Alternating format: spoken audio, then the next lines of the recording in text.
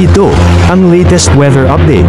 Alamin ang pinakasariwang ulat panahon ngayon dito sa Information TV Educational Channel. Salukuyan po na nakakaapekto yung northeasterly wind flow o yung hangin na galing sa northeast para po itong amihan, pero mas weaker po when it comes to yung difference nila sa temperature.